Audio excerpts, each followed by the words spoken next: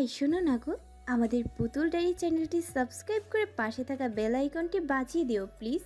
আর গল্পটি ভালো লাগলে অবশ্যই লাইক কমেন্ট করে শেয়ার করে দিও। ধন্যবাদ।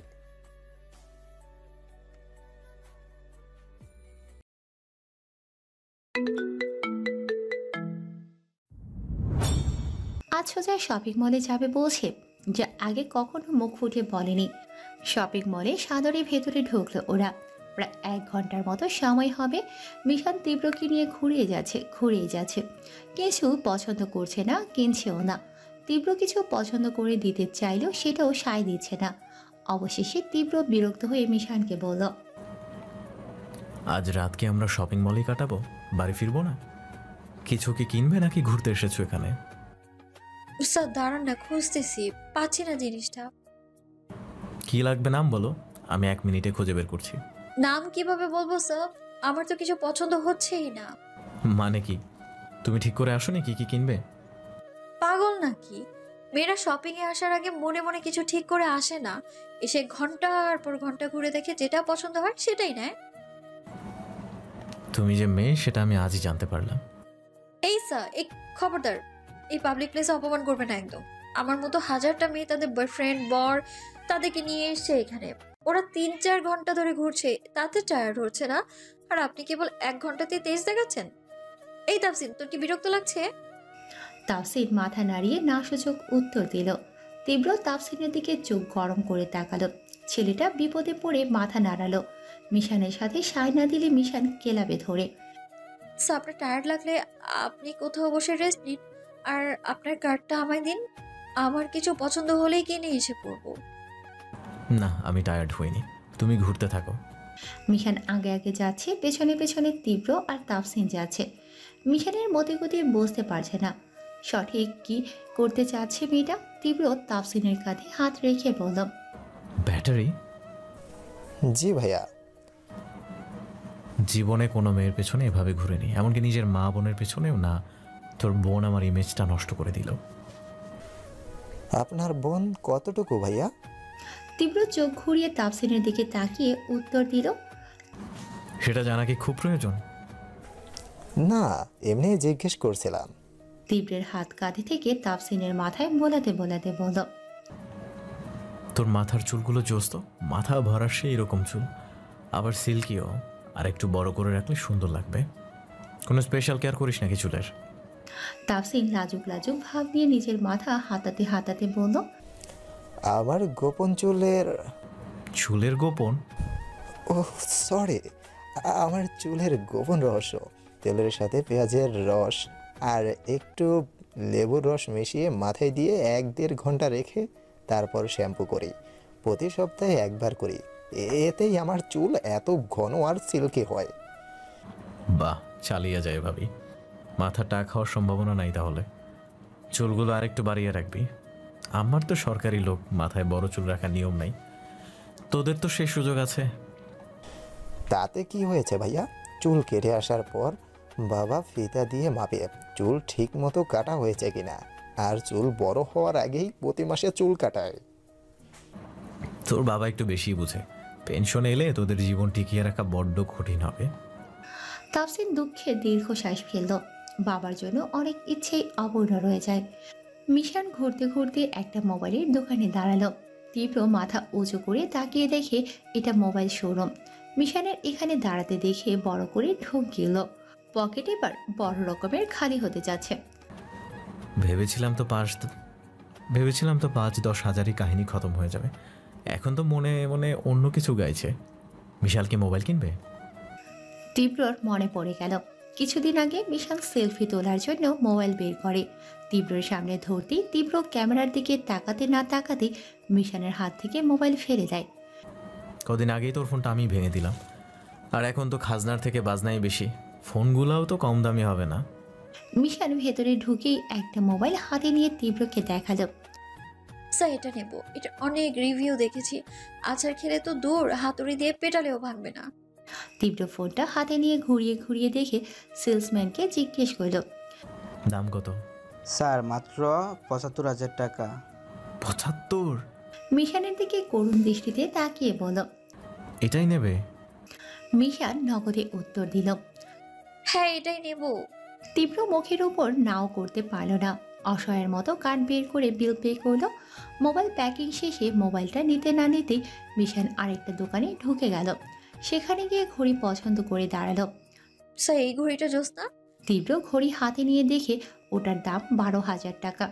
দাম দেখি মিশানকে বলল, হ্যাঁ, ঘড়িটা অনেক সুন্দর, কিন্তু তোমার এই চিকন হাতে মানাবে না। ওটা রেখে চলো এখন। আরে স্যার, সুন্দর অসুন্দরের কি আছে? আমি সময় দেখতে পারলেই তো হলো। জানেনই তো আমি আবার সব সময় লেট করি। মোবাইলে যে সময় দেখা যায় সেটা আমার মনেই থাকে না। তাছাড়া যতক্ষণে মোবাইল বের করে সময় দেখবো ততক্ষণে আমি ঘড়িতে অনেকবার সময় দেখতে পারবো। ঠিক আছে, তাহলে চলো, আমি তোমাকে অন্য ঘড়ি কিনে দিচ্ছি। এসব ব্র্যান্ডের ঘড়ি পরতে হবে না, এগুলো টেকে না বেশি দিন। বাইরে থেকে তোমাকে আমি সুন্দর হাই কোয়ালিটির ঘড়ি 250 টাকা দিয়ে কিনে দেবো। তার আমি এটাই নেব। আর ব্র্যান্ডের জিনিসের গ্যারান্টি থাকে। জিনিস যেটা ভালো দাম তার একটু বেশি, জানেন না আপনি? আমি সেটাই নেব। আমার টাকা নেই এখন, অন্যদিন কিনে দেব। আমি কথা দিচ্ছি, আমার টাকা হলে এটা কিনে তোমাকে দিয়ে আসবো। বাকি বাবাজির নাম ফাঁকি। এটা আমি এক্ষুনি নেব। প্রয়োজনে টাকা ধার করে কিনে দিতে হবে আমায়।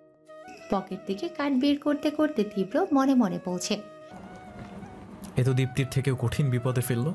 শালার সেভিং যা ছিল সব গেল আমার। একে নিয়ে সংসার করতে গেলে সরকারের কাছে আবেদন করতে হবে বেতন বাড়িয়ে দেওয়ার। মিশানা মনে মনে হাসতে হাসতে বলছে, ব্যাটা তীব্র, আজ তোমায় জব্দ করেই ছাড়বো আমি। ঘড়ি কিনে মিশান থেমে রয়নি। এরপর জামা কাপড়ের দোকানে ঢুকে ইচ্ছে মতো জামা শুধু হাতে উঠালো। ঘড়ির কাটায় কাটায় 12টা বাজা অবধি ইচ্ছে মতো কেনাকাটা করলো। তীব্র মনে মনে শুধু নিজেকে গালি দিয়ে যাচ্ছে। কেন আজ দীপ্তির সাথে দেখা করতে এসেছিল? দেখা করতে না এলেই মিশানের সাথে দেখা হতো না, আর মিশানের সাথে দেখা না হলে এত টাকা খরচও হতো না।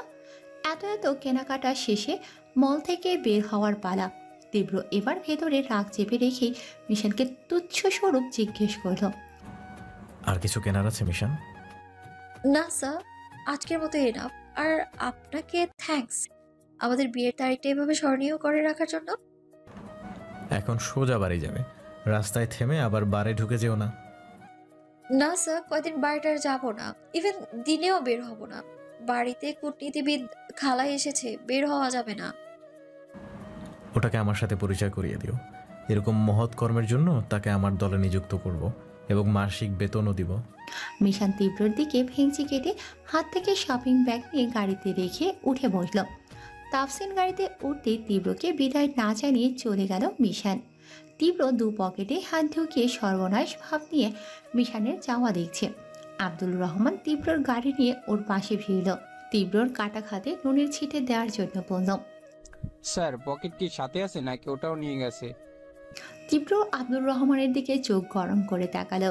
গাড়িতে ওঠার পর রহমান বলল, স্যার, দীপ্তি ম্যাডামকে কাঁদতে কাঁদতে বেরোতে দেখলাম। কিছু কি হয়েছিল ওখানে? মিনাস ম্যাডাম কি কোনো সিনক্রেট করেছিল? আরে না, মিশান কি আর সিন ক্রিয়েট করবে? ওর সাহস আছে? অবশ্য কাহিনী মিশানকে নিয়ে, কিন্তু মিশান উল্টাপাল্টা কিছু করেনি। যা হয়েছে ভালোই হয়েছে, যদিও দীপ্তি কষ্ট পেয়েছে।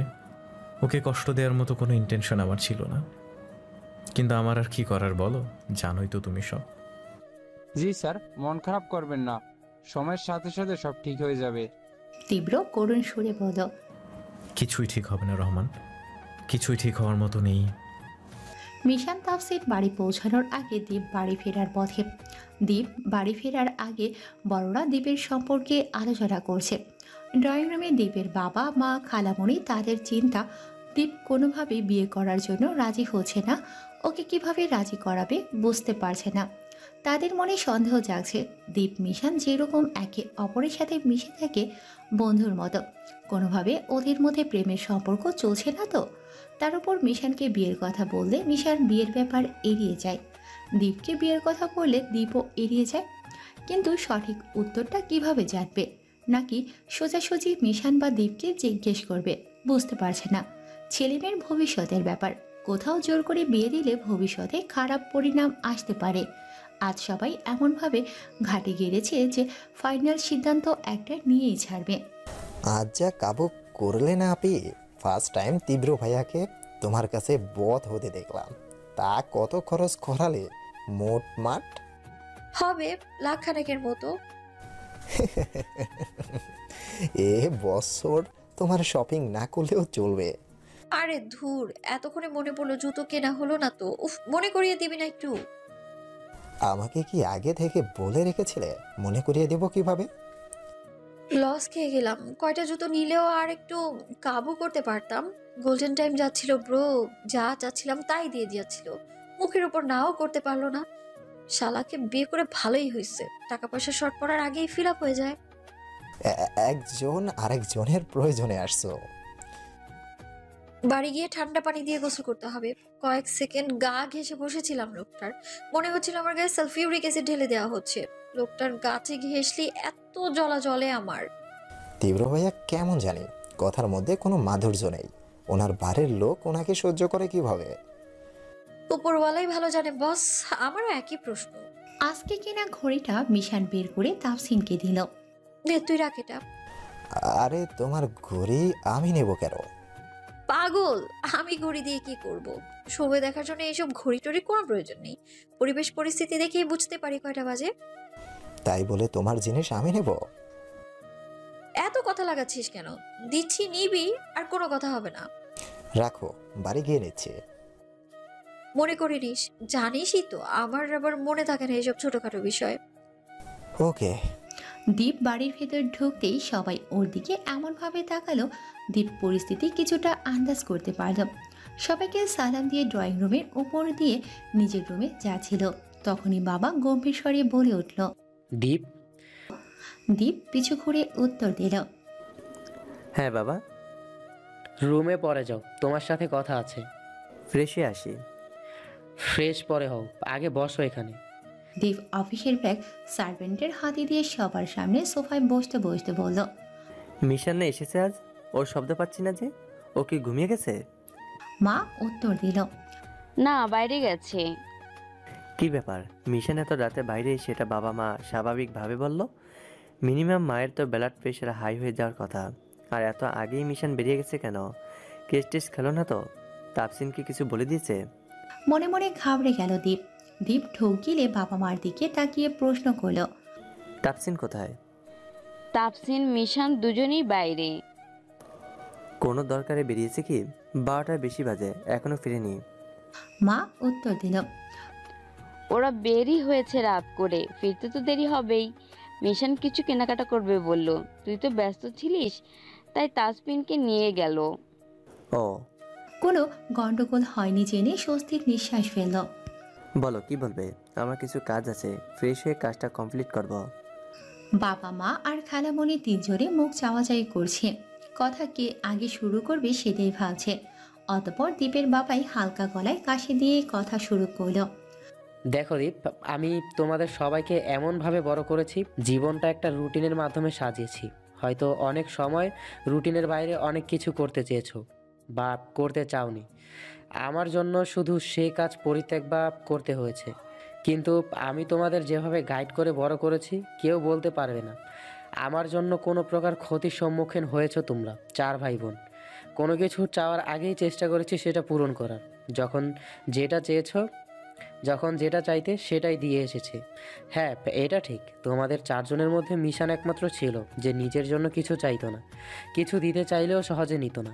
ওর মুখের একটাই বুলি ছিল, নিশান যা চায় তাই যেন নিশানকে দেই, ওর নিজের কিছু লাগবে না। আমার জানা মতে তোমাদের 4 জনের মধ্যে মিশানের পেছনে সব থেকে বেশি কম খরচ হয়েছে। হয়তো এটা ভেবে নিজের চাহিদা কমিয়ে রাখতে যে ও আমাদের নিজের মেয়ে না, কিন্তু আমরা নিশান দুজনকেই সেই ছোট্টবেলা থেকে নিজেদের মেয়ে মনে করে এসেছি। সো কল সমাজের জন্য আমাদের মেয়ের পরিচয় না দিয়ে মামা ভাগ্নি পরিচয় তৈরি করে কাছে রেখেছি। বাবা, এক্স্যাক্টলি কি বলতে চাচ্ছ সেটা বলো। দেখো দীপ, তোমরা বড় হয়েছো, নিজস্ব পছন্দ অপছন্দ থাকতেই পারে, তাই আমরা কোথাও জোর করব না। মিশান আর তোমার সম্পর্ক ছোটবেলা থেকেই অনেক ভালো বন্ধুত্বপূর্ণ, সেটা আমাদের প্রত্যেকেরই জানা। তোমার এখন বড় হয়েছো, সব বুঝো। হতে পারে তোমাদের সম্পর্কটা বন্ধুত্ব থেকে বেশি কিছু, যার জন্য আমাদের ভয়ে তোমরা বলতে পারছো না কিছু। হয়তো ভাবছো আমরা তোমাদের ভুল বুঝবো, ব্যাপারটা অন্যভাবে নেব। আসলে সেরকম কিছু না। তোমরা দুজনেই দুজনকে যদি পছন্দ করো আমাদের কোনো আপত্তি নেই তোমাদের ব্যাপারে। এটা আরও খুশির ব্যাপার যে আমাদের ঘরের মেয়ে ঘরেই থাকবে। তোমার মা সব সময় অপেক্ষা করে মিশানের বিয়ের পর অন্য ঘরে চলে গেলে ওকে ছাড়া কী করে থাকবে। নিশান মেয়েটা হারিয়ে গেল, ওর শোকেই আমরা অর্ধেক। এখন যদি বিয়ের জন্য মিশানের দূরে যেতে হয় তাহলে কি করে থাকবো। তাই মিশান যদি আমাদের ঘরেই থাকে এটা আমাদের কাছে অত্যন্ত খুশির ব্যাপার। দীপ সবার দিকে আশ্চর্য রকম হয়ে তাকিয়ে থমথমে গলায় বলল, বাবা মা, তোমরা কি ঠিক আছো? মিশন আমার বোনের মতো, ও আমার অনেক ভালো বন্ধু।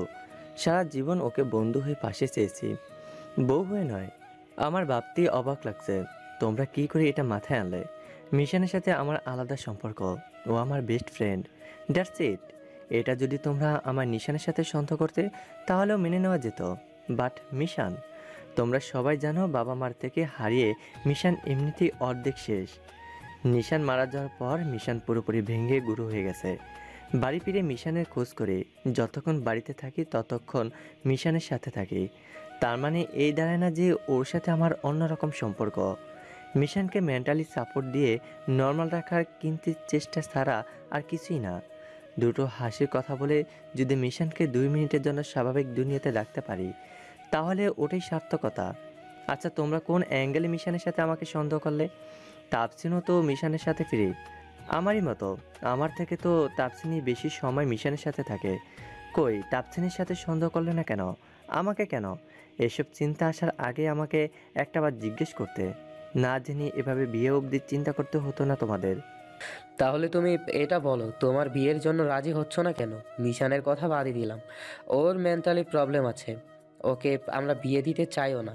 ও যদি সারা জীবন ওভাবে থেকেই কমফোর্টেবল হয় তাহলে এভাবেই থাকবে। কিন্তু তোমার কি সমস্যা? তুমি তো বিয়ে করতে রাজি হচ্ছ না। আমার এইসব বিয়ে টিয়েতে মন আসে না বাবা। দয়া করে আমাকে আর বিয়ে নিয়ে প্রেশার দিও না। আমি চুল পেকে বুড়ো হয়ে যাচ্ছি না, বিয়ের বয়সে ছুটে যাচ্ছে না। আমার হাতে অনেক সময় আছে।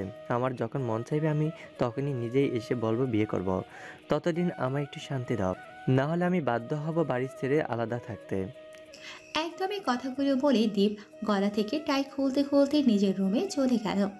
সবাই নিরাশ হয়ে বসে রইল। কি ছেড়ে কি হচ্ছে বুঝতে পারছে না কিছুই। কিছুক্ষণ পর 2 হাত ভরে শপিং ব্যাগ নিয়ে ফিরল মিশান আর তাফসিন। ভেতরে ঢুকে দীপের মতো তাফসিন মিশানকে সবার সম্মুখীন হতে হলো। খালামনে ওদের হাতে শপিং ব্যাগ দেখে বলে উঠল, কি মিশান, বিয়ের শপিং করে আনলে নাকি? এত কি শপিং করলে একা একা? আমাদেরও নিয়ে যেতে বলে গেলে না তো কিছু। আরে খালামণি, আমি তো এমনিই ঘুরতে বেরিয়েছিলাম, জামা কাপড় পছন্দ হলো তাই নিয়ে এলাম। মামি মিশানের দিকে তাকিয়ে বলো, মিশান মা, দেখে তো মনে হচ্ছে অনেক শপিং করেছিস। যাওয়ার সময় তুই তো টাকাও নিয়ে গেলি না। মিমি, আমার কাছে টাকা থাকলে তোমার কাছে চাইবো কেন? দ্বীপে যে মেডিকেল ক্যাম্পেইনে গিয়েছিলাম সেটার জন্য ওর কোম্পানি থেকে আমাকে অনেকগুলো টাকা দিয়েছে। মামা হেসে জিজ্ঞেস করলো, তা মামা কি কি কিনলে? এই তো কিনলাম কিছু, দেখো সবাই পছন্দ হয় কিনা। তাফসিন আর মিশান সবগুলো শপিং ব্যাগ টি টেবিলে রাখলো। তোমরা দেখো, আমি গোসল দিয়ে আসি। এই ঠান্ডার মধ্যে? শীতকালে ধুলা ময়লা বেশিই থাকে জানোই তো, গা কিচকিচ করছে আমার। গোসল না দিলে রেহাই নেই। পানি গরম করে দেই? মিমি, তুমি কবে দেখলে আমি গরম পানি দিয়ে গোসল দিই? এখন তো রাত। রাখো তোমার রাত, আমি যাবো আর আসবো। বলেই মিশান নিজের ঘরে ঢুকে গেল। তাফসিন শপিং ব্যাগ থেকে সব জিনিস বের করে করে সবাইকে দেখাচ্ছে। দেখো, এই ঘড়িটা আপি আমায় কিনে দিয়েছে। সুন্দর না ঘড়িটা? কি আজব, এ জীবনে মিশান এত টাকা ইনকাম করেছে, নিজের জন্য কখনো একটা সুতাও কিনতে দেখিনি। আর আজ শুধু নিজের জন্য এত কিছু কিনলো। ও মিশান তো। মায়ের মুখে কথাটা শুনে তাফসিন ঢোক গেল। হাজার হলেও চোরের মন পুলিশ পুলিশ। আমিও অবাক হয়ে গেছি জানো মা, জীবনে কখনো বাইরে নিয়ে নিজের টাকায় আমাকে একটা চকলেট কিনে দেয় না। সে আজ আমাকে 12,000 টাকার ঘড়ি কিনে দিল। আমার কি মনে হচ্ছে জানো, মিশান আপির মাথাটা হয়তো ঠিক হচ্ছে, নয়তো আগের থেকে আরো খারাপ হচ্ছে। তাসিনের দিকে ওর মা চোখ গরম করে তাকিয়ে বলল, কোথায় মিশনের প্রশংসা করবি সেখানে ওর বদনাম করছিস। ঈদ এলে এত এত শপিং করে দিত তোদের। ঈদ ছাড়াও যখন তখন এটা সেটা নিয়ে হাজির হতো তোর আর নিশানের জন্য। বিদেশ থেকে ফেরার সময় নিশানের জন্য যা যা এনেছিল তার থেকে বেশি তোর জন্যই এনেছিল। আর তুই বলছিস বাইরে নিয়ে গেলে একটা চকলেটও খাওয়ায় না। বদ ছেলে কোথাকার। যা ঘরে গিয়ে পড়তে বস। তাফসিন মনে মনে বলল, কি বললাম আর কি হয়ে গেল? আমি কোথায় আপের বদনাম করলাম? এটাও তো ঠিক, আপি বাইরে নিয়ে গেলে আমার পকেট উল্টো খালি করে। আজ তীব্র ভাইয়া না থাকলে রেস্টুরেন্টের বিল আমাকে দিয়েই দেওয়া তো। বেড়ালের মতো চুপচাপ হাতে ঘড়িটা নিয়ে নিজের ঘরে চলে গেল তাফসিন। গাড়িতে বসে বিল পেমেন্টের ক্যাশ মেমোগুলো যতবার দেখছে ভেতরটা ততই পড়ে যাচ্ছে। 1.5 ঘন্টা সময় কতগুলো টাকা হাওয়া হয়ে গেল নিজের চোখের সামনে। মাঝ রাস্তায় দীপ্তিকে 2-3 বার কল করেছে, দীপ্তি ফোনটা উঠায়নি। বাড়ি ফেরার পর মেয়েটা ঘরের দরজা দিয়ে মুখে বালিশ চাপা দিয়ে কেঁদেই যাচ্ছে। এই কষ্টটা কাউকে বলে বোঝানোর মতো না। নিজের মাঝেই চাপা ছিল, চাপা থাকবে। তবে এইটুকুতে সে স্থির, বাবা মা যদি খুব বেশি প্রেশার করে বিয়ের জন্য, তবে বাড়ি ছেড়ে গিয়ে আলাদা থাকবে। একটা মেয়ে যার রূপ, গুণ, ক্যারিয়ারের সাফল্য, হাই কোয়ালিটি ফ্যামিলি ব্যাকগ্রাউন্ড এসব থাকা সত্ত্বেও সে তার ভালোবাসার কাছে একজন পরাজিতা। কতই না মিষ্টি ছিল ছোটবেলাটা। তীব্র যতই দীপ্তিকে ইগনোর করত, দীপ্তি মনের মধ্যে সুপ্ত একটা আশা রেখেছিল। কোথাও না কোথাও তীব্রের মনে দীপ্তির জন্য ভালোবাসা লুকিয়ে আছে। কিন্তু আজ নিজের চোখে এরকম পরিস্থিতি দেখার পর নিজের প্রতি ঘৃণা হচ্ছে খুব। এই শালা তীব্র মালটা না পুরো 2 নাম্বার আছে। এর চাল চলন আমার মোটেও ভালো ঠেকে না। শালা ইমোশন বোঝে না। একটা মেয়েকে এইভাবে কেউ কষ্ট দেয়? এর রহস্যটা আমি নিশান খুলতে পারলাম না আজ অব্দি। কিছু একটা ব্যাপার তো আছে এই লোকের মাঝে। তোদের ব্যাপারে তোরাই ভালো জানিস। শুনলাম আজ বেশ পকেট খালি করে এসেছিস। পকেট খালি কোথায় বেটা পুলিশ? পকেটে হাত দিলেই গরম টাকা। সরকারি চাকরি এত টাকা নেই, তুই নিজেও করে এসেছিস কিন্তু। তোর মনে হয় দীপ এরকম একটা লোক 1 টাকাও ঘুষ খায় না? বলবে আর বিশ্বাস করে নেব? ফিডার খেয়ে বড় হয়নি তো, হ্যান্ডশেক করলেও এদের টাকা হাতে উঠে আসে।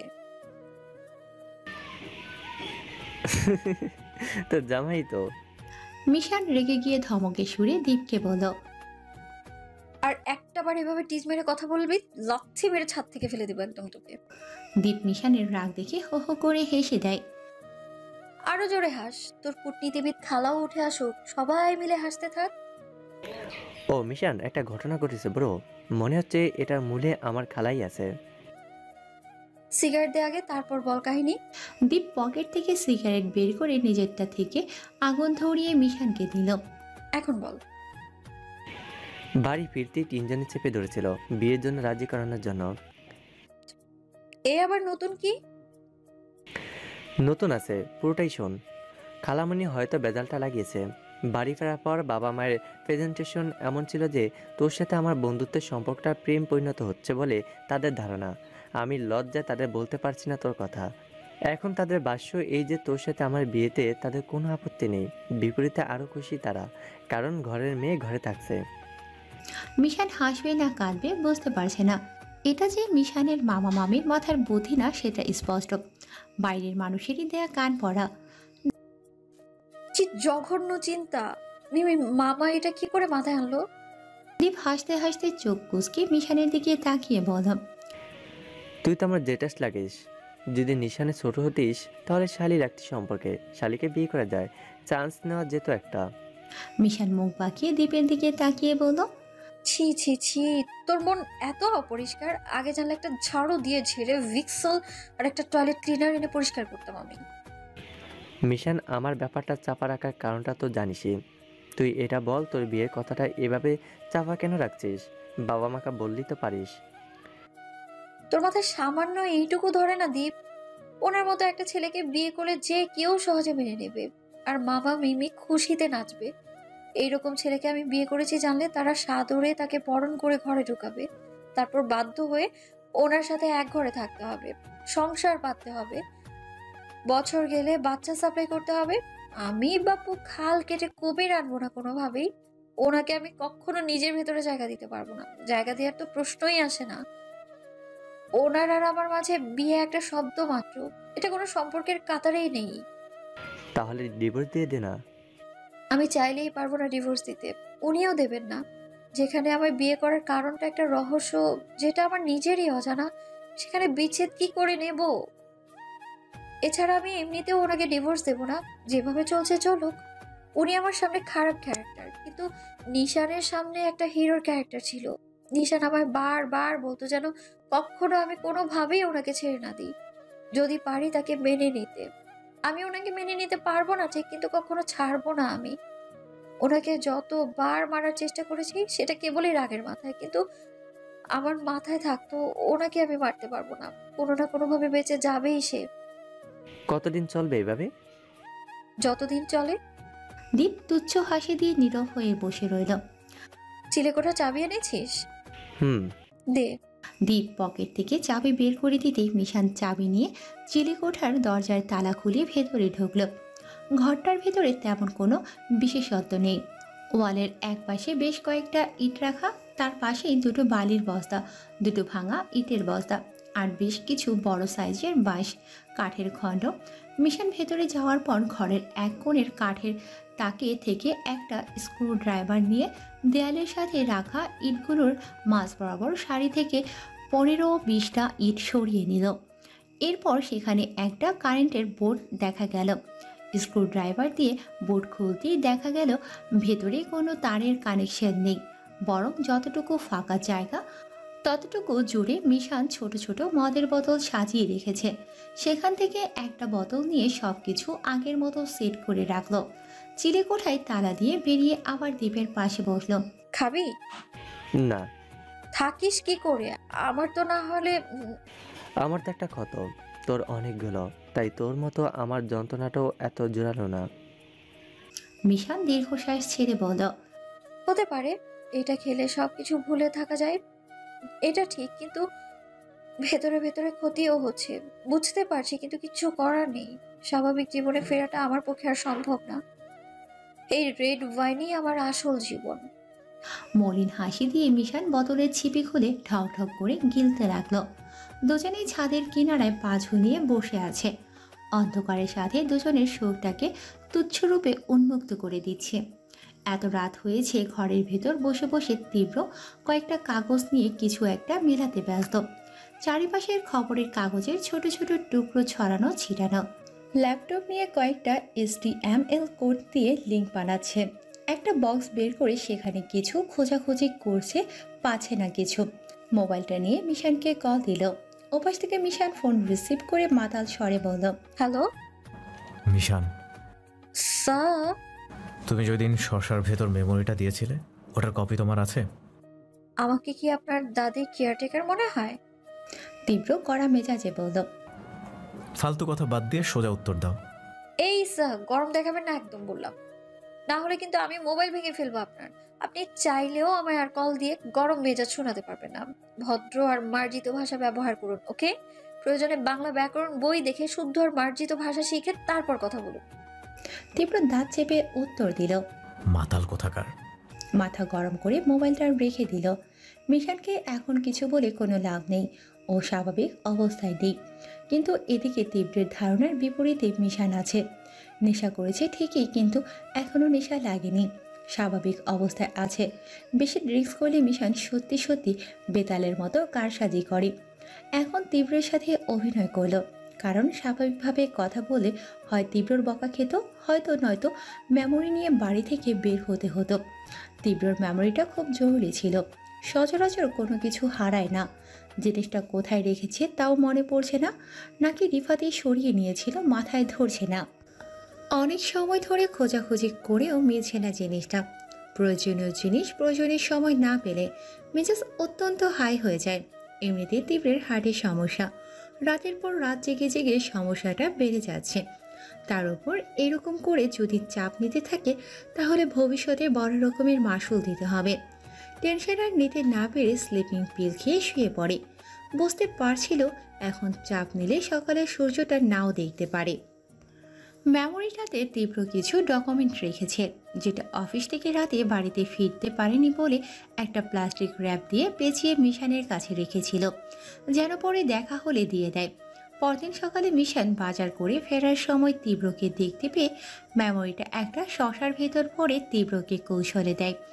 পরবর্তীতে সুযোগ বুঝে রিফাতের চোখের আড়ালে তীব্র মেমোরিটা বের করে ওয়ালেটে রাখে। যতদূর মনে পড়ে বাড়ি ফিরে তীব্র মেমোরিটা একটা বক্সে রেখে দেয়, কিন্তু আজ কাজের সময় জিনিসটা পাচ্ছে না। তীব্র রহস্য জানার জন্য ওর সব আমানতই মিশান খেয়ানত করে। মেমোরিতে কী আছে সেটা একবারও না দেখে সবটা কপি করে একটা প্রাইম ড্রাইভে রেখে দেয়। পরে সময় করে জিনিসটা দেখবে বলে। প্রতিটা জিনিসের কপি মিশানের কাছে থাকলেও ওগুলোতে কী আছে সেটা মিশানের অজানা, কারণ এসব ঘেটে মাথা অযথা আউলিয়ে লাভ নেই। বরং নিজের কাজ শেষ হলেই তখন ফ্রি মাইন্ডে তীব্র রহস্য ভাঙা যাবে বলে মনে করে। এখনও কয়েকজন বাকি আছে মিশানের শিকারী, যাদের খুঁজতে গেলেও অনেক পরিশ্রম, তাদের কোনো পরিচয় জানা নেই। কারা তারা সেটাও জানা নেই। মিশানের পাশে তীব্র না থাকলে এদের একজনকেও বের করা সম্ভব হতো না। তাই তীব্রের সাথে এই মুহূর্তে তাতলামো না করে যদি ওর 10টা কাজ করে নিজের একটা কাজ সিদ্ধি হয় সেটাই লাভ। দীপের ভাষ্যমতে আরও 3 জন বাকি আছে, কিন্তু সমস্যা হচ্ছে যত দিন যাচ্ছে দীপ তাদের চেহারার আকৃতি ভুলে যাচ্ছে। এতগুলো ছেলেকে ওই অবস্থায় তাও আবার রাত করে দেখেছে, সেই দৃশ্য কি এতদিন মনে থাকে? তখন শুধু মাথায় ঘুরছিল নিশানকে নিয়ে কি করে পালাবে। ছেলেগুলোর চেহারা নোট করার সময় বা পরিস্থিতি কোনোটাই ছিল না। ভোরবেলা তীব্র তাড়াহুড়ো করে বাড়ি থেকে বের হবে, তখন ওর বাবা ওকে ডাক দিল পেছন থেকে। তীব্র পেছন ফিরে তাকালো। এই মেমোরি কার্ডটা কি তোমার? তীব্র অপ্রত্যাশিত দৃষ্টিতে বাবার দিকে তাকালো। উনি মেমোরিটা নিয়ে তীব্রের দিকে এগিয়ে এলো। তীব্র মেমোরিটা হাতে নিয়ে ঘুরিয়ে ঘুরিয়ে দেখলো এটাই সেই মেমোরি যেটা রাতে থেকে খুঁজছে। তুমি এটা কোথায় পেলে? কাল সন্ধ্যায় মা আসুক, মম নানা ভাইরা খেলা করছিল, তখন দেখলাম ওদের খেলনার সাথে এই মেমোরিটাও ভেসেছে। তৃপ্তির বাচ্চারা মোবাইল থেকে বের করে খেলছে হয়তো, কিন্তু তৃপ্তি বলো এটা ওর না। পরে মনে হলো হতে পারে তোমার, ভুলে ঘরের কোথাও পড়েছিল। মাসুক মম কখন এসেছিল? কাল দুপুরে এসেছে, থাকবে কিছুদিন। তোমার সাথে দেখা করার জন্য ওরা অনেক রাত অবধি জেগেছিল, তোমার তো কোনো খবরই ছিল না। তীব্র মাথা ঘুরিয়ে এদিক ওদিক তাকিয়ে মেমোরিটা নিয়ে উল্টো ঘুরে ঘরের দিকে যেতে নিল। তীব্রের বাবা তীব্রকে পিছু ডাক না দিয়ে বাড়ি থেকে বেরিয়ে গেল হাঁটাহাঁটি করার জন্য। তীব্রর মা একটু অবাক হলো, আজ এত সকাল সকাল উঠেছে তীব্র।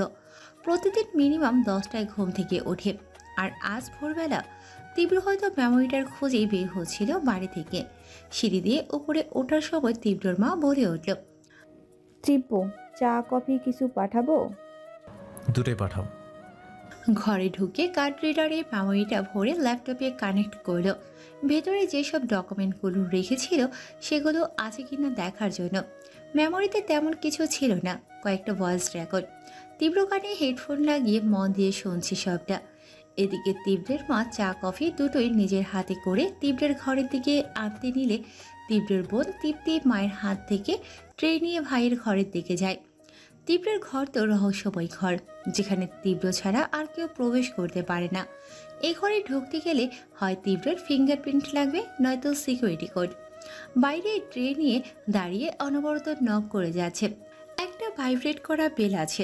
রুমের বাইরে থেকে সুইচ চাপলে তীব্রের রুমে ভাইব্রেশন শব্দ হয় একটা। যেহেতু তীব্র কানে হেডফোন লাগিয়ে ফুল ভলিউমে রেকর্ডিং শুনছে, সেহেতু বাইরের কোনো শব্দ ওর কানে পৌঁছাচ্ছে না। প্রায় আধা ঘন্টা সময় ধরে তৃপ্তির দরজার সামনে দাঁড়িয়ে অপেক্ষা করছে তীব্রের জন্য। মনে মনে জেদ চেপেছে, এই ঠান্ডা চা কফি ওকে খাইয়ে এখান থেকে যাবে। এদিকে 30 মিনিট পেরিয়ে যাওয়ার পর তীব্র চা কফির শূন্যতা অনুভব করল। মনে পড়ল মাকে চা কফি দিয়ে যেতে বলেছিল, এখনও চা কফি আসেনি। নিজের কফি নিজে বানানোর জন্য সব কিছু রেখে ঘর থেকে বের হতেই দেখে তৃপ্তি গাল ফুলিয়ে হাতে ট্রে নিয়ে দাঁড়িয়ে আছে। ট্রেতে চা কফি দুটোই সাথে বিস্কুট। তীব্র তৃপ্তির হাতের দিকে না তাকিয়ে মুখের দিকে তাকিয়ে জিজ্ঞেস করল, কেমন আছো তুমি? কেমন আছি সেটা পরে জানলেও হবে। তোমার ওই রহস্য গুহাতে কি আছে আমি আজ দেখব। পাক্কা 35 মিনিট ধরে এখানে দাঁড়িয়ে অপেক্ষা করছি তোমার চা কফি নিয়ে। জিনিসটা লক করা বুঝলাম, কিন্তু এতক্ষণ ধরে যে নক করেছি কানে পৌঁছয়নি। এতক্ষণ ধরে দাঁড়িয়েছিলে কেন তুমি? মোবাইলে কল দিতে, তাহলে ঘরের কাজে ব্যস্ত থাকতেই পারে একটা মানুষ। তৃপ্তির হাত থেকে ঠান্ডা চা কফি চুমুক দিয়ে খেয়ে বিস্কুট হাতে নিয়ে কচ্ছপের মতো আবার ঘরের ভিতর ঢুকে লক করে দিল। তৃপ্তিকে কোনো কিছু বলার সুযোগ না দিয়ে মুখের ওপর গেট লক করে দিল। তৃপ্তি ঘুরে গিয়ে মায়ের সামনে গিয়ে রাগী মেজাজে বলে উঠল, তোমার ছেলে এটা এমন কেন? কতদিন পর এসেছি, কয় মাস পর দেখা হলো ওর সাথে। কোথাও একটু হাসি মুখে ভালো মতো কথা বলবে, শুধু জিজ্ঞাসা করলো কেমন আছো। উত্তরটা দেওয়ার সময় দিল না, তার আগে সে ভিতরে ঢুকে গেল। তীব্র ভাইয়া এমন কেন মা? নাকি আমি আসো তো একটু খুশি হয়নি? কি বলছিস মা? তীব্র হয়তো ব্যস্ত, আর জানিসই তো ও একটু অন্যরকম স্বভাবের, কথা কম বলে, ওর ধর্ম। মাঝে মাঝেই তোর কথা জিজ্ঞাসা করে তৃপ্তি কবে আসবে, ওকে দেখতে ইচ্ছা করছে। সাত সকালে মিথ্যা একটা বললে মা। যার যাই হোক, তীব্রের কখনো আমার কথা মনে পড়ে না। আমার আশেপাশে মানুষদের দেখি ভাইয়েরা বোনদের কত আদর করে। এই তো আমার পাশের ফ্ল্যাটের ভাবির ভাইটা প্রায় প্রতি মাসে তাকে দেখতে আসে, সব সময় ফোন দিয়ে খোঁজ খবর নেয়। আমার ভাইটাকে দেখো, অনিচ্ছা করেও কখনো আমাকে দেখতে যায় না।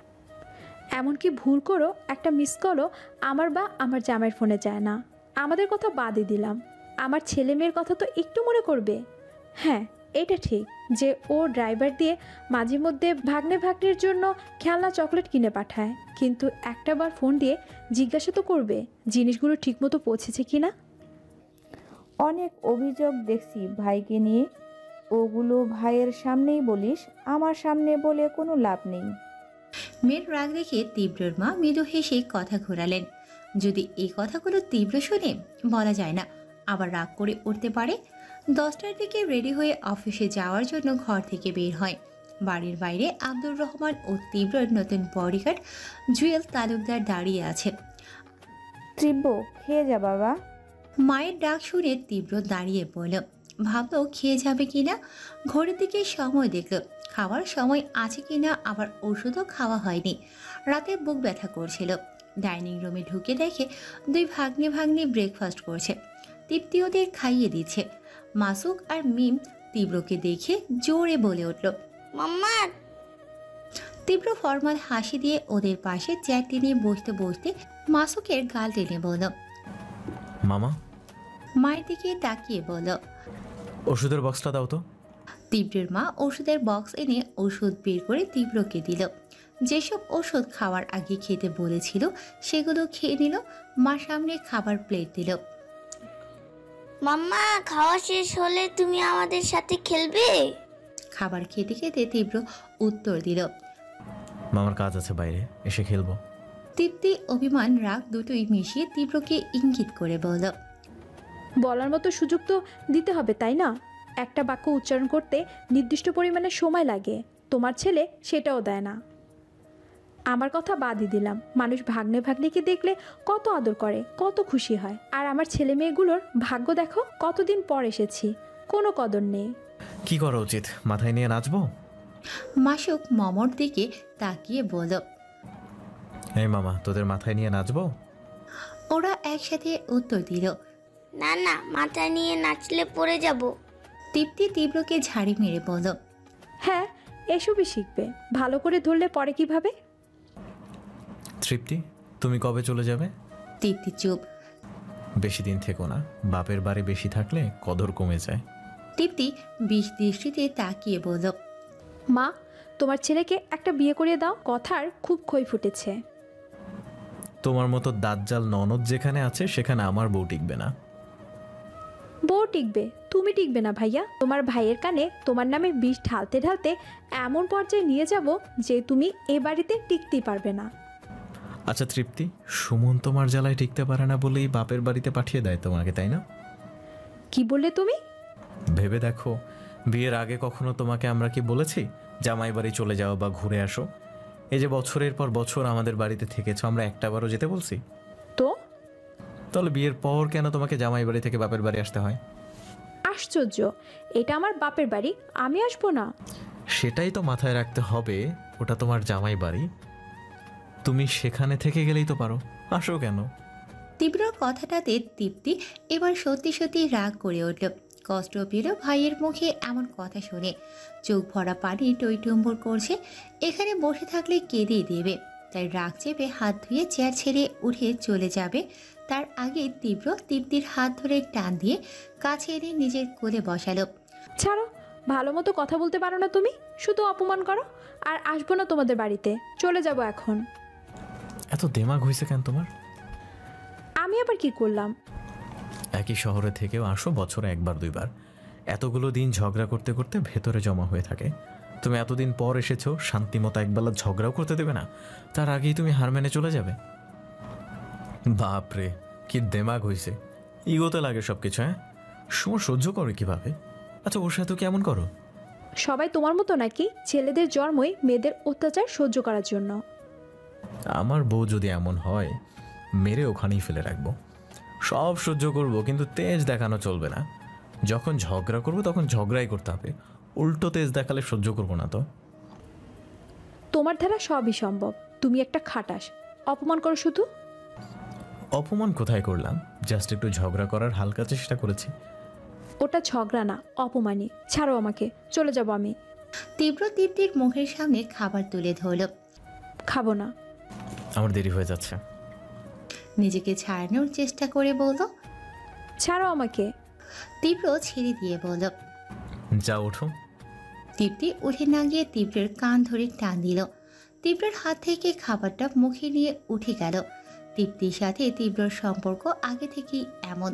তীব্র হাসি মুখে কথা বলার থেকে ঝগড়া করে আনন্দ পায়। তৃপ্তিকে এমন এমন কথা বলে যেন তৃপ্তিও রেগে গিয়ে ওর সাথে ঝগড়ায় সামিল হয়। তীব্রের সাথে ঝগড়া হওয়াটা তেমন কোনো অস্বাভাবিক ব্যাপার না, এটা একদম স্বাভাবিক ও প্রাকৃতিক। দিন শেষে এরা দুজন দুজনকে অনেক ভালোবাসে। তীব্র প্রকাশ না করলেও তৃপ্তি বুঝতে পারে। এতক্ষণ তীব্রের মা পাশে দাঁড়িয়ে ওদের ঝগড়া দেখে মিটিমিটি হাসছিল, কারণ জানা কথাই ঝগড়া যতই হোক শেষে এসে মিল হবেই। তীব্র খাবার শেষ করে ওষুধ খেয়ে বাইরে দৌড়। তৃপ্তির সাথে ঝগড়া করতে গিয়ে সময় নষ্ট হলো। এদিকে মিশান সকালবেলা উঠে মামার সাথে বেরিয়ে সকালের ব্যায়াম শেষ করে বাড়ি ফিরে ব্রেকফাস্ট করে নিজের ঘরে। আজকে তাফসিনের বাজার করার ডেট ছিল। তাফসিনের সামনে পরীক্ষা বলে এখন আর বাজারে যেতে হয় না, ওর বদলে কেয়ারটেকার দিয়ে বাজার করায়। ব্রেকফাস্ট শেষে দীপ আর ওর বাবা একসময় বাড়ি থেকে বেরিয়ে যায় যার যার গন্তব্যপথে। মিশান নিজের ঘরে চুপচাপ মাথা ঠান্ডা করে ভাবছে বাকি ক্রিমিনালগুলোকে কিভাবে খুঁজে বের করা যায়। নিশানের রেকর্ড করা প্রতিটা ভিডিও বারবার রিভিউ করে দেখছে, প্লাস এতদিনে যা যা এভিডেন্স পেয়েছিল সব কিছু ঘেঁটে দেখছে। এমন সময় মিশানের ঘরে খালার আগমন। মিশান ল্যাপটপ অফ করে সমস্ত ডকুমেন্ট এক করে সরিয়ে পেছনে ঘুরে তাকিয়ে দেখে দীপের খালা দাঁড়িয়ে আছে। হ্যাঁ খালামণি। দেখো তো এটা কিসের বোতল, ছাদে পড়েছিল। খালা একটা বোতল মিশানের দিকে বাড়িয়ে দিল। মিশান বোতলটার দিকে তাকাতেই হতভম্ব হয়ে গেল। এই লেগড়িটা আবার ছাদে কখন গেল? বোতলটা হাতে নিয়ে মিশান কনফিডেন্টের সাথে বলল, খালামণি এটা মনে হয় দীপের কোম্পানির কোনো ঔষধের বোতল হবে। মুখ কুঁচকে খালা উত্তর দিল, ঔষধের বোতল, কিন্তু এটার ভেতর থেকে কেমন যেন গন্ধ আসছে, মনে হচ্ছে পচা দই বা ফলের রস। কেমন বিচ্ছিরি গন্ধ। মানুষের নাক না কুকুরের নাক? আজব, সারা জীবন জানতাম কুকুরের নাক অনেক প্রখর কার্য সম্পন্ন হয়। এইখানে তো দেখছি কুকুরের বদলে এর নাকটাও ব্যবহার করা যাবে। মিশান বোতল নাকের কাছে নিয়ে শুকে দেখল। বিশ্রী গন্ধ কোথায়? সব ঠিকঠাকই তো আছে। কুকুরের পেটে কি আর ঘি হজম হবে? খালামণি এটা ঔষধেরই ফ্লেভার, হয়তো অনেকদিন ধরেই ছাদে পড়েছিল, ভেতরে ময়লা পোকামাকড় হয়তো হয়ে গিয়েছে, তাই ফ্লেভারের এমন বিকৃতি ঘটেছে। তাহলে তো এটার উপর ময়লা পড়ার কথা। খালামণি ভুলে গেলেন এটা শীতকাল, রাতে কুয়াশা পড়ে, ভিজে গেছে, সকালে ছাদ রোদে শুকিয়ে গেছে, সেই জন্যই পরিষ্কার লাগছে। সিম্পল। সেটা না হয় মানলাম, কিন্তু এটা দেখতে কেমন মদের বোতলের মতো লাগছে। আপনি কি কখনো মদ খেয়েছেন? না তো। বাস্তবে দেখেছেন? না, তবে টিভিতে দেখেছি। মদের বোতল আরো বড় হয়, আমি বাস্তবে দেখেছি। আর টিভিতে ওইগুলো অর্ডার দিয়ে ডিজাইন করে বানায় সিনেমা শুট করার জন্য। এমনকি ওগুলো কাচের বোতলও না, চিনির বোতল, চিনি দিয়ে বানায় ওসব বোতল। খালামণি বিস্ময় দৃষ্টিতে তাকিয়ে বলল, তাই নাকি? হুম। তাহলে তাই হবে। দাও, বোতলটা ময়লা ঝুড়িতে ফেলে দিয়ে আসি। দরকার নেই খালামণি, আপনি এত কষ্ট করে ছাদে গিয়েছিলেন, আপনি বরং রেস্ট নিন, আমি এটা ফেলে দিয়ে আসি। ঠিক আছে, ফেলে আসো, তাহলে আমি যাই তাহলে। খালামণি ঘর থেকে বেরিয়ে যাওয়ার পর মিশান মনে মনে 101টা বকা দিল তাকে। অফিসের কাছাকাছি যেতেই দীপ হঠাৎ গাড়ি থামিয়ে দিল। পকেট থেকে মোবাইল বের করে কৌশলে 4 কদম দূরে থেমে থাকা একটা বাইকের নাম্বারের ছবি তুলল। আরেকটু এগিয়ে গিয়ে বাইক চালকের ছবি তুলল। ওটা চলে যেতেই দীপ মিশানকে কল দিল। মিশান, বল। মেসেঞ্জারে 2টো ছবি দিয়েছি, দেখ। একটা বাইকের চালকের আর একটা বাইকের নাম্বারের। কোথায় তুই? আমি অফিসের কাছাকাছি সৈয়দ টাওয়ারের এখানে। ওকে এখানেই পেয়েছি। তুই দেখ অ্যাড্রেস আজকের মধ্যে বের করতে পারিস কিনা। সমস্যা নেই, মেইন জিনিসই পেয়ে গিয়েছি, বাকিটা দেখছি, তুই চিন্তা করিস না। ওকে, রাখছি। আমি অফিসে যাচ্ছি, প্রয়োজন হলে কল করিস। বাই। মিশান ফোনের ছবি দুটো দেখতে দেখতে বাড়ি থেকে বেরিয়ে গেল। মিশন বাইকের নাম্বার প্লেটের নাম্বারটা নিয়ে বিআরটিএ অফিস থেকে অ্যাড্রেস কালেক্ট করে নেয়। পরিচিত লোক থাকায় কোনো কাঠখড় পোড়াতে হয় না এখানে, শুধু একটি সময়ের জন্য বসে অপেক্ষা করতে হয়। ঘুরে ফিরে সব নিজেদেরই লোক সেট করা থাকে সব জায়গাতে। জায়গায় জায়গায় এত সুবিধা, এগুলো সব তীব্রর খাতিরেই। মিশান চাইলে মামার নামও ব্যবহার করতে পারবে অনেক ক্ষেত্রে, কিন্তু ও চায় না এমন কিছু করুক যার জন্য কোনোভাবে মামার মুখাপেক্ষী হতে হয়। কারণ মামা যথেষ্ট করেছে, তার খাতিরে অনেক কিছু পেয়েছে। বিশেষ করে লেখাপড়া আর চাকরির ক্ষেত্রে মামার নাম অনেক ব্যবহার করা হয়েছে। স্যার, দেখা করতে পারবেন? ব্যস্ত আছি, পরে। আমি তো এখন দেখা করতে বলিনি, একটা জিনিস পেয়েছি আজকে, বলেন তো কি? কি আর হবে, যত সব ফাও জিনিস। তোমাদের এলাকায় শীতকালে তরমুজের বাম্পার ফলন। ঠিক ধরেছেন স্যার। কোথায়? স্যার, বিদ্যুৎ অফিস। আইভির অ্যাপয়েন্টমেন্টটা দিয়েছো? হ্যাঁ স্যার। ওকে, ফ্রি হলে দেখা করব, না হলে নাই। আচ্ছা স্যার, আরেকটা কথা। কি? পেন ক্যামেরাটা কি আমার কাছেই রাখবো, নাকি কারো কাছে পাঠিয়ে দেবো আপনার কাছে? রাখো, দরকার হলে নিয়ে নিব। ওকে স্যার, আসসালামু আলাইকুম। ওয়ালাইকুম আসসালাম। সাংকেতিক কিছু কথার মাধ্যমে নিজেদের মধ্যে পরামর্শ করে নিল। কি দিয়ে কি বোঝালো ওরাই ভালো বুঝেছে। কোনোভাবেই যেন কোনো কিছু ফাঁস না হয় সেদিকে অনেক সতর্ক। এমনকি সেদিন মিশানের সাথে শপিং মলে যাওয়ার পর তীব্র লোক দিয়ে সরাতেই সবকটা সিসি ক্যামেরার ফুটেজ থেকে আগে পরে মিলিয়ে 3 ঘন্টার ফুটেজ ডিলিট করিয়ে নেয়, যেন কোথাও ওদের একসাথে দেখা গেলেও সন্দেহজনকভাবে দেখা না যায়। আর মিশানো বাইরে বের হলে মাথায় স্পোর্টস ক্যাপ আর চোখে সানগ্লাস থাকে, মাঝে মাঝে ওয়ান টাইম মাস্ক পরেও থাকে। তাই মাঠে ঘাটে কোথাও মিশানের পুরো চেহারা দেখাটা এত সহজ কথা না। আপাতত দিনের বেলা মিশানের কোনো কাজ নেই, এবেলা ঘুরে ফিরে কাটালেও মন্দ হয় না। মিশানের সময় কাটানোর সঙ্গী একমাত্র ওই ফুটপাতের ছোট ছোট ছেলে মেয়েগুলো। পকেটে যখন টাকা থাকে তখনই ওদের সামনে যায়, না হলে একা একাই ঘোরে। শূন্য পকেটে ওদের সামনে গেলে যখন ওরা কোনো কিছুর আবদার করে বসে, তখন সেটা দিতে না পারলে ভেতরে ভেতরে কষ্ট হয়। সেজন্যই ওদের কাছে খালি পকেটে যায় না। কিছু না করেও মিশানের খেয়ে দিয়ে দিব্যি ভালো দিন কাটে, কিন্তু ওদের কোনো মতে একবেলা পেটের আহারের জন্য সারাদিন কত যুদ্ধ পরিশ্রমী করতে হয়। মিশানের সাথে কথা শেষ করে তীব্র কয়েকটা জায়গায় কিছু সাংস্কৃতিক ওয়ার্ড লিখে SMS পাঠায়। এর মধ্যে মিশান আব্দুর রহমানের কাছে ওই ছেলের অ্যাড্রেস বায়োডাটা পাঠিয়ে দিয়েছে। আব্দুর রহমান তীব্রের অফিসের ভেতরে এসেই একটা খাম হাতে দিল। স্যার। বলো।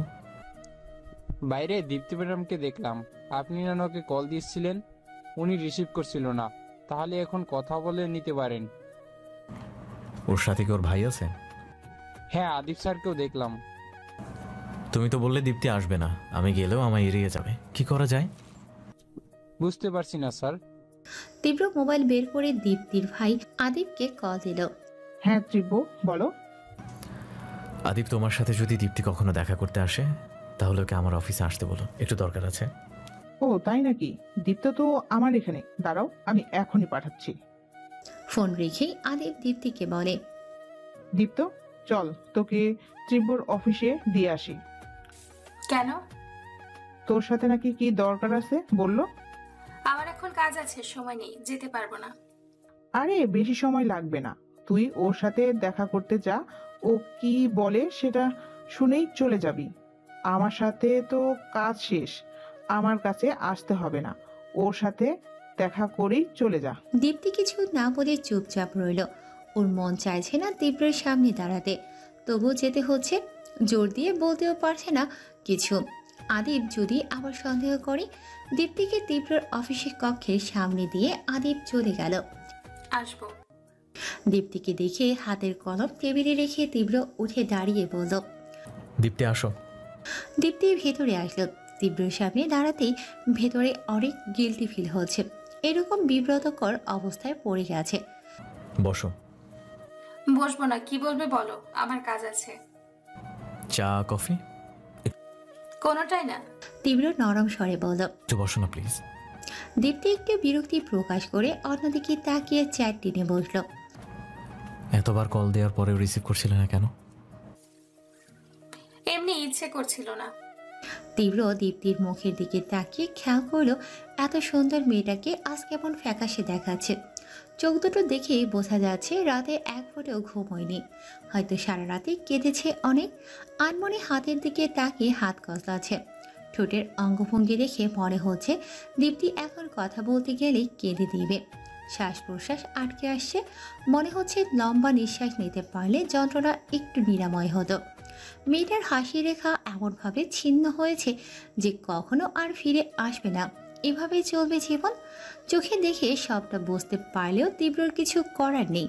দীপ্তির হাসি ফিরিয়ে দেওয়ার জন্য ওর সাথে প্রতারণা করতে চায় না। দীপ্তি, আমি দুঃখিত, তোমাকে আমার নিজ থেকে আগেই সব বলা উচিত ছিল, এভাবে অপেক্ষা না করিয়ে। আসলে আমি তো ভুলে গিয়েছিলাম যে এরকম কোনো প্রতিশ্রুতি দিয়েছিলাম। জানোই তো কত কাজের প্রেশারে থাকে, আমার ওপর দিয়ে অতীতে কি কি গিয়েছে, সব মিলিয়ে আমার মাথা আমার আর নেই দীপ্তে। সব ঠিক থাকতো যেহেতু অতীতটা ঠিক থাকতো, তোমার আমার সবার জীবনে সুন্দর হতো। আমি জানি না এখন কি করব, কি করা উচিত। রাতে ঘুমাতে পারি না এটা ভেবে আজ সারাদিন যা যা করেছি তা ঠিক করছি কিনা, কাল সারাদিন কি কি করব। জানি না তোমার অগোছালো জীবনটা আমি কি করে গুছিয়ে দেব। আই উইশ তোমার জীবনের সব কিছু কেউ এসে গুছিয়ে দিক।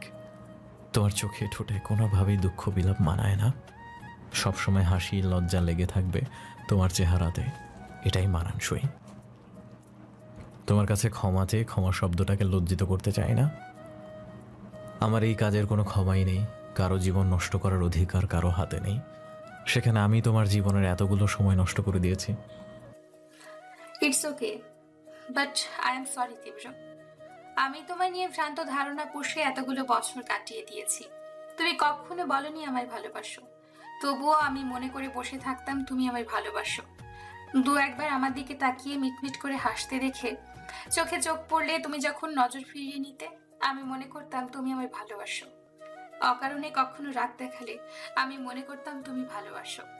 সবাই মিলে শপিংয়ে বা বাইরে কোথাও ঘুরতে গেলে কোনো ছেলে আমার দিকে তাকালে ইপটিজিং করলে আমার ভাই সহ তোমরা মিলে তাকে পিটিয়ে আসতে, তখন আমি মনে করতাম তুমি আমায় ভালোবাসো। কখনো একটু কেয়ার করলে মনে করতাম ভালোবাসো। তাই আমার মন খারাপ দেখলে জোকস বলে বলে হাসানোর চেষ্টা করলে ভাবতাম ভালোবাসো। তাই আমার মন খারাপ সহ্য হচ্ছে না। পরীক্ষাতে আশানুরূপ রেজাল্ট না আসলে তুমি প্রতিনিয়ত আমাকে এত সুন্দর করে মোটিভেট করতে, যা আমার বাবা মাও পারতো না। আমি বোকাটার স্বাভাবিক ব্যাপারটাকে ধরে নিয়েছিলাম তোমার মোটিভেশনাল কথার মাঝে ভালোবাসা আছে বলে আমার ওপর এত ভালো প্রভাব পড়ছে। ভুলে গিয়েছিলাম আমাদের সম্পর্কটা বন্ধুত্বে এরকম খুনসুটি, কেয়ারিং, রাগ, অভিমান, হাসি, সাপোর্ট এসব কিছু থাকাটাই স্বাভাবিক। আমি পাগল, সব নিজের মতো করে বানিয়ে নিয়েছিলাম। কিন্তু শেষ যেদিন তোমার সাথে আমার দেখা হয়, তখন যে নিজে থেকে বলেছিলে আমার জন্য অপেক্ষা করো, তাড়াহুড়ো করে এমন কাউকে বিয়ে করো না যার সাথে থাকতে পারবে না, আমার ফেরা অবধি অপেক্ষা করো, ভালো ছেলে দেখে বিয়ে দিব, আর যদি ভালো ছেলে না পাই তাহলে নিজের করে নিব। তোমার এইটুকু উক্তি আমার ভেতরে আশা জাগিয়েছিল, আমার সব অপেক্ষার ক্লান্তি বিনাশ হচ্ছিল। সেদিন থেকে অপেক্ষা করতে আর কষ্ট হতো না, সময়টা দীর্ঘ লাগতো কিন্তু কষ্ট হতো না। কথাগুলো বলতে বলতে দীপ্তি চোখের পানি আটকে রাখতে পারল না। তীব্র টিস্যু এগিয়ে দিল। দীপ্তি চোখের পানি মুছতে মুছতে আবার বলল, কাল রাতে তোমার জীবনের ওই কঠিন সত্যিটা জানার পর আমি মেনে নিতে পারছিলাম না কিছু, বারবার মনে হচ্ছিল আর যাই হোক আমার তীব্র অন্য কাউকে ভালোবাসতেই পারে না। তারপর সারা রাত ধরে নিজেকে বোঝালাম তুমি সেই তীব্র না যাকে আমি ভালোবাসি, বর্তমানে তুমি সেই তীব্র যে অন্য কাউকে ভালোবাসে। ধরে নিয়েছি দুজন আলাদা মানুষ, তাছাড়া নিজেকে আর কোনোভাবে বোঝাতে পারছিলাম না। তুমি চিন্তা করো না তীব্র, আমি তোমার জীবনে কোনো সমস্যা সৃষ্টি করব না। আমি আমার সেই অতীতের বাল্যকালের কৈশোরকালের তীব্রকে ভালোবাসি, বর্তমানের না। নিজেকে বুঝিয়েছি তুমি সেই তীব্র না যাকে আমি চিনি। তুমি তোমার শুভাকাঙ্ক্ষীকে নিয়ে ভালো থেকো, এই দোয়াই করি। দীপ্তি কথাগুলো শেষ করে বের হয়ে গেল, কারণ কান্নার বেগ আটকাতে তো পারছেই না, উল্টো বেড়েই চলেছে। তীব্র দীপ্তিকে না থামিয়ে ওর যাওয়ার দিকে তাকিয়ে রইল। তুমি ঠিকই বলেছো দীপ্তি, আমি সেই তীব্র না যাকে তুমি চেনো। আমি অন্য একটা তীব্র। অতীতের তীব্র ছিল ইনোসেন্ট, আর বর্তমানের তীব্র একটা পাপী। এই পাপী জীবনে তোমাকে ভাসিয়ে তোমার ওই সাদা মেঘের মতো জীবনকে কালো করে দিতে চাই না। চাই না তোমার জীবনে বজ্রধ্বনির সাথে বৃষ্টি বর্ষণ হোক। অতীতের পুরো স্টোরিটা তুমি জানো না দীপ্তি। যদি জানো তবে পৃথিবীর সবটুকু ঘৃণা জড়ো করে তুমি সেই ঘৃণা আমায় করবে। আমি অনেক বড় অপরাধী দীপ্তি। এত বড় অপরাধের বোঝা ঘাড়ে পেতে আমি তোমার কাছে গিয়ে নিজের অপরাধ বাড়াতে চাই না। আমি মানুষটা খারাপ অনেক। কথাগুলো মনে মনে বলে মাথা চেপে বসে অতীতের ডায়েরিতে ডুবে গেল। কি এমন হয়েছিল ওর সাথে যার জন্য তীব্র এত অনুতপ্ত? নিজের উপর বিরক্ত সেটা তীব্রই ভালো জানে। মিশন ফুটপাতে গালে হাত দিয়ে চুপচাপ বসে আছে। নিশানের কথা খুব বেশি মনে পড়ছে।